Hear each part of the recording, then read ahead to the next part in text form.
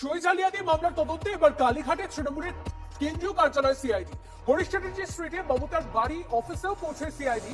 সূত্রের দাবি এই ঠিকানা থেকে বিরোধী দলনেতার নাম প্রস্তাব করে বিধানসভার স্পিকারকে চিঠি লেখা হয়েছিল তৃণমূলের তরফে।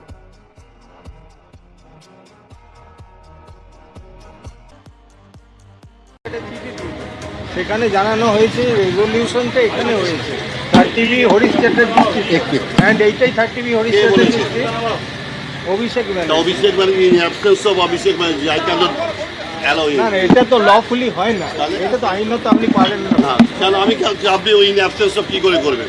এই অ্যাবসেন্স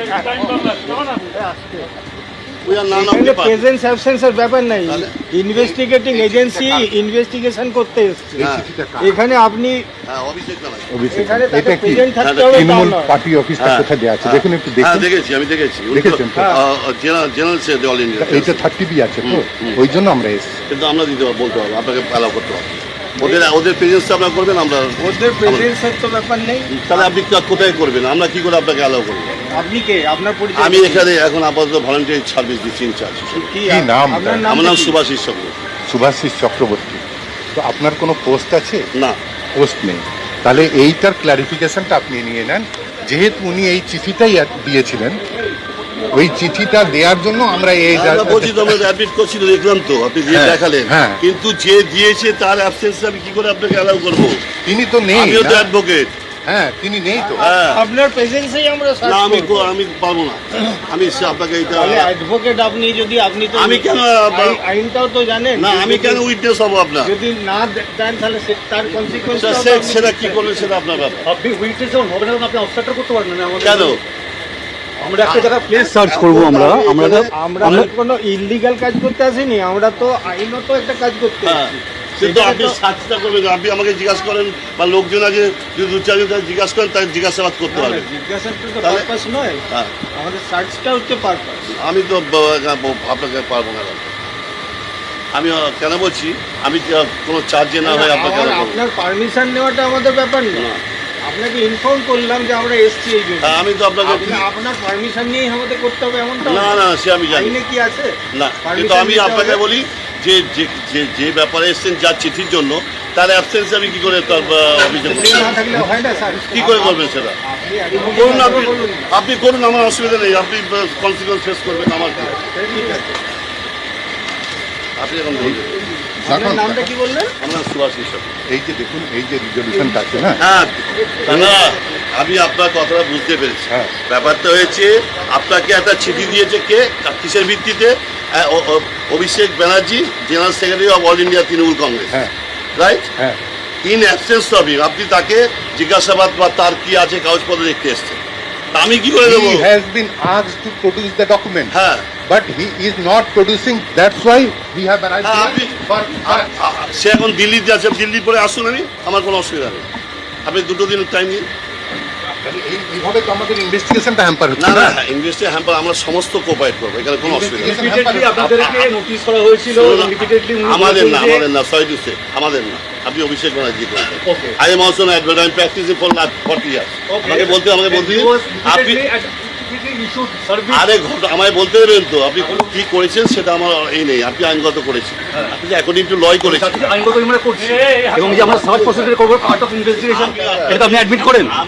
এটা কেন বলছি? আপনি বিং আমি লয়ার, আপনাকে বলছি, আপনাকে টাইম চার্জেস সে ফিরে আসুক দিল্লি থেকে, আপনি করুন। আপনি তো বলছেন আপনি কেউই না, তাহলে আপনি টেনশন করতে চাইছেন। কি বলছে? আপনি তো বলছেন আপনি কেউই নন।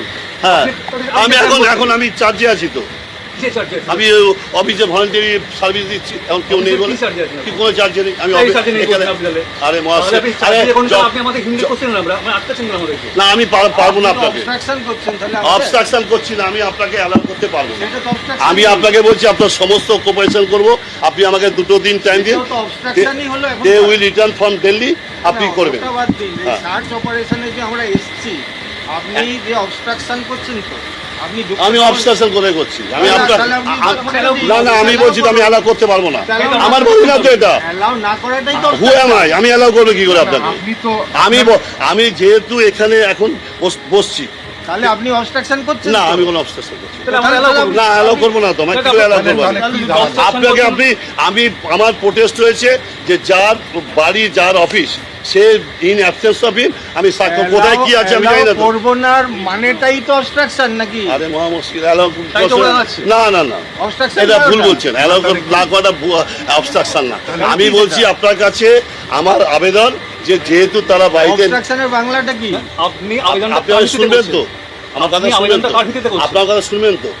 আমার কথা হচ্ছে যেহেতু তার অফিস, ঘটনা যে অফিস জারি হোক, আইনত কি আপনি আমি পারেন আপনাকে বলছি, আটকাতে? আমি আপনাকে বলি আমারটা নোট করুন যে আমি পাচ্ছি না। হ্যাঁ, আপনি কি আইনত পারেন আটকাতে? আমি আইনত আপনি ইন অ্যাবসেন্স অফ ইনকমিং, আমাকে তো কোপারেশন বলছিল 2 দিন সময় দেবেন, 2 দিন সময় দিতে পারেন না? আপনি আজকে আমাকে জানিয়ে এসছেন। না না, আপনাকে জানানোর আগে, আরে আসতে রে ভাই, আপনাকে জানানোর আগে তো চিঠি দেওয়া হয়েছে, আমাকে তো রিপিটেড চিঠি দেওয়া হয়েছে।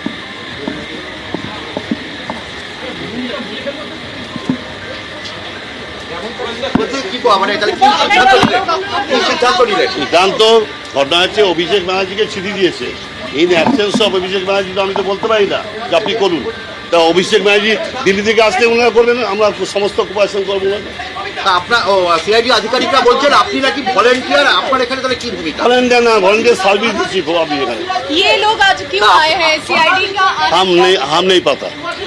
अभिषेक की आज पेशी थी। बाहर ही च- अभिषेक की आज पेशी थी। अभिषेक की आज पेशी थी शाम 5 বাধা बजे। দিচ্ছেন বলছেন। আমি আবার বলছি কোনো বাধা দিচ্ছি না, আমি অ্যাপিল করছি, ডোন্ট সে এনিথিং। এটা টোনটি কাদা, এটাকে কখনো মিসলিড করবেন না।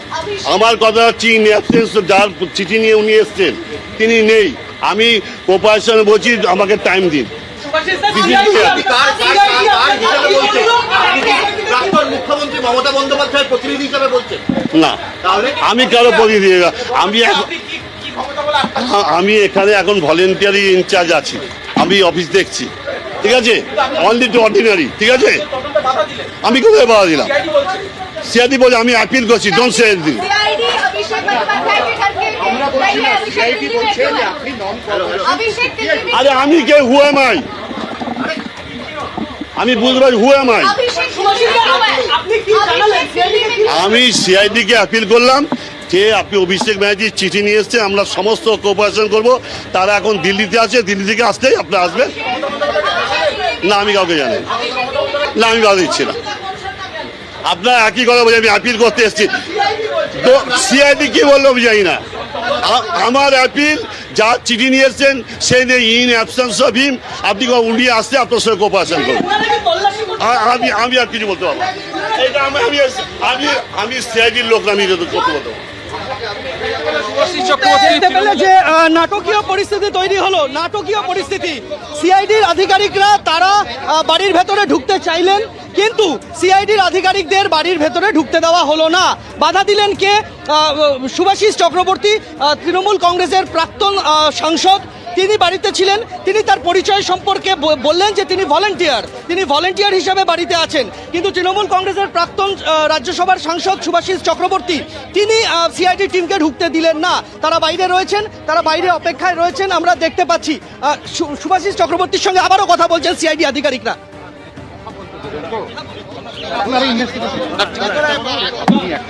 বুঝতে পারছেন যে আজকে আমার প্রাইমারি আপনি একটা কথা বলে আপনি 7 দিন করেছেন, আর 2 দিন তো চাইছি টাইম। আপনার কাছে আপিল করছি, আপনারা যেটা বলছেন এটা মিস্ত্রির কথা বলছি, আমি কোনো বাধা দিচ্ছি না, আমি আপিল করছি। না, কোনটা মিসলিড কথা বলছি? ওই যে ওরা বলছে আপনি বাধা দিচ্ছেন, আমি বাধা দিচ্ছি না। না না না না, আমার একটা কথা বাধা দেওয়ার মানে কি? আপনি তো ভার্বালি আমাদেরকে অ্যালাউ করছেন না। না, আমি আমি বলছি Allow করছেন আমি না। বলতে পারবো না। না, তাহলে আপনি ওদেরকেই বলুন, তাহলে আমাদেরকে অ্যালাউ করুন।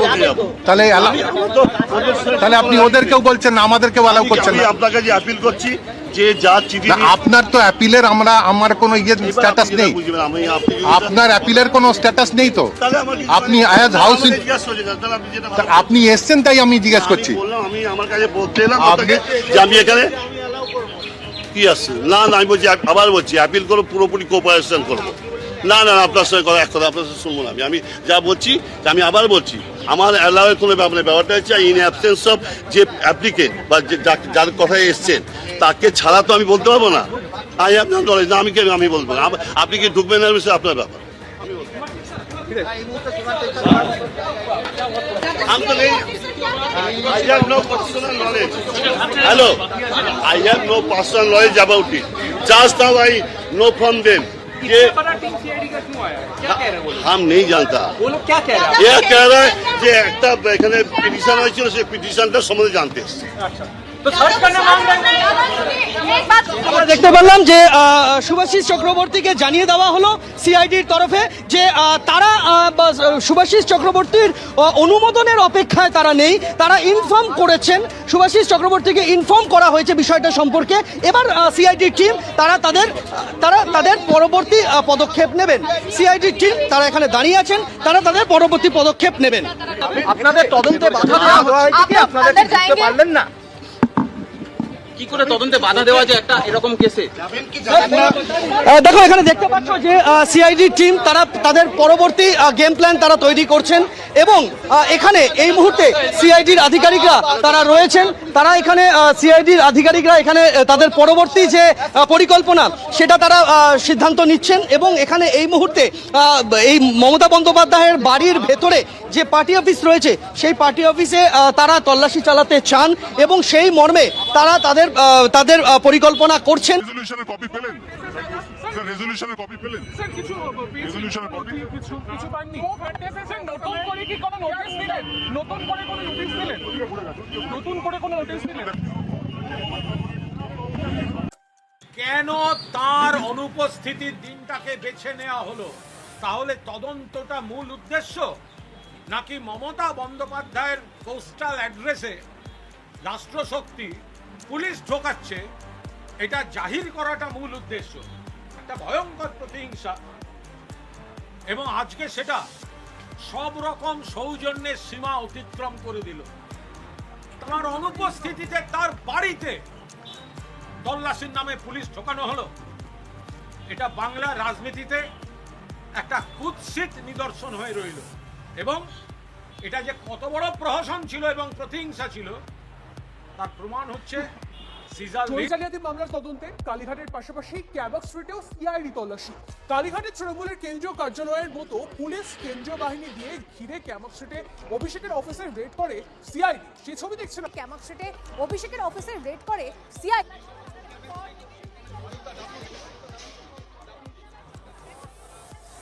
প্রায় 3 ঘন্টা পর অভিষেক বন্দ্যোপাধ্যায়ের ক্যামাক স্ট্রিটের অফিস থেকে বেরিয়ে যাচ্ছেন সিআইডি আধিকারিকরা। আপনাদেরকে ছবি দেখাচ্ছি, দুটো গাড়ি নিয়ে তারা এখানে এসেছিলেন। একটি টিম যেমন এখানে এসেছিল, পাশাপাশি আরও একটা টিম তারা কালীঘাটে পৌঁছে গেছিল। আপনাদের ছবি দেখাচ্ছি, 3 ঘন্টা পর তারা বেরিয়ে গেলেন এবং এখানে স্থানীয় একজন দোকানদারকে ডেকে নেওয়া হয়েছিল উইটনেস হিসেবে, কারণ যে কোনো তদন্তের ক্ষেত্রে একজন উইটনেসের প্রয়োজন পড়ে। সিআইডির পাশাপাশি এখানকার স্থানীয় পুলিশ আধিকারিক যারা তারাও সেখানে উপস্থিত ছিলেন। ওসি শেক্সপিয়ার সরণি থানা তিনিও এখানে উপস্থিত ছিলেন।